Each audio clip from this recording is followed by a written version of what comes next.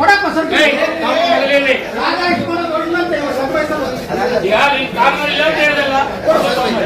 ಯಾವ ಆಫೀಸರ್ ನೀನು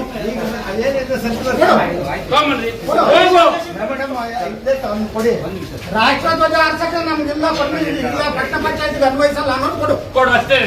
ನಮ್ಗೆ ಬೇರೆ ನಾವೇನಾದ್ರು ಕೇಳಿದ ತಪ್ಪಾಗಿದ್ರೆ ಇಲ್ಲೇ ಕ್ಷಮೆ ಕೇಳ್ತೀವಿ. ಇಲ್ಲ ಅಂತ ಹೇಳ್ದಲ್ಲ ನೀನು, ಹೆಂಗ್ ಹೇಳಿದೆ ತಿಳ್ಕೊಂಡು ನೋಡ್ಕೊಂಡು ಹೇಳ್ತೀನಿ ಅಂತ ಹೇಳ್ಬೇಕಾಗಿತ್ತು ನೀನು.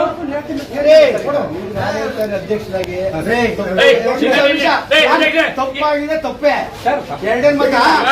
ದಯವಿಟ್ಟು ನೀವು ಈಗ ಎಂಟ್ರಿ ಆಗ್ಬೇಡಿ. ನೀವು ಅವ್ರಿಗೆ ಕೇಳ್ತಾ ಇದ್ದೀನಿ. 5 ವರ್ಷ ಆಗಿದೆ ಸರ್. ಅದು ಬಿಟ್ಬಿಡಿ ಸರ್. ನೀನು ಅಧಿಕಾರಿ ಎಲ್ಲ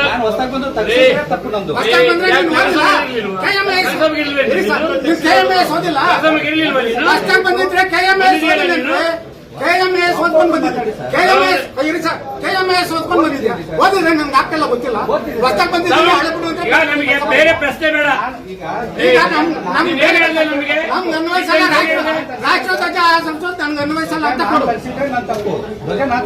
ಫ್ಲಾಗ್ ಮ್ಯಾನ್ ಯಾರು ನಿಮ್ಮಲ್ಲಿ? ಫ್ಲಾಗ್ ಮ್ಯಾನ್ ಯಾರು ಇದ್ದವ್ರು ಕರ್ಕೊಂಡ್ ಬರ್ರಿ. ಸಂಬಳ ಕೊಡ್ತಾ ಖರ್ಚಾಗ್ತಾ ಇಲ್ವಾ ನೀವು? ಫ್ಲಾಗ್ ಮ್ಯಾನ್ ಕರ್ಕೊಂಡ್ ಬರ್ರಿ. ಅದಕ್ಕೆ ಅಂತೆಲ್ಲ ಇಳಿಸಿ ಅದನ್ನ ಕಟ್ಲಿಕ್ಕೆ ಸಂಬಳ ಕೊಡಲ್ವಲ್ರಿ ಪ್ರತಿ ತಿಂಗಳು?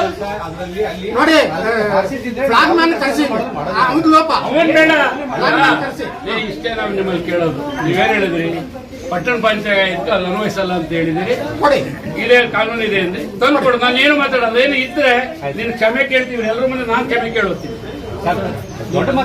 ಹೌದ್ರಿ, ತಪ್ಪು ಮಾಡಿದ್ರೆ ತಪ್ಪೇ. ದೊಡ್ಡವನಾಗಿರ್ಲಿ ಚಿಕ್ಕವನಾಗಿರ್ಲಿ ಯಾರನ್ನ ತಪ್ಪೇ. ಅದು ತಪ್ಪೇ ರೀ. ಹೌದ್ರಿ,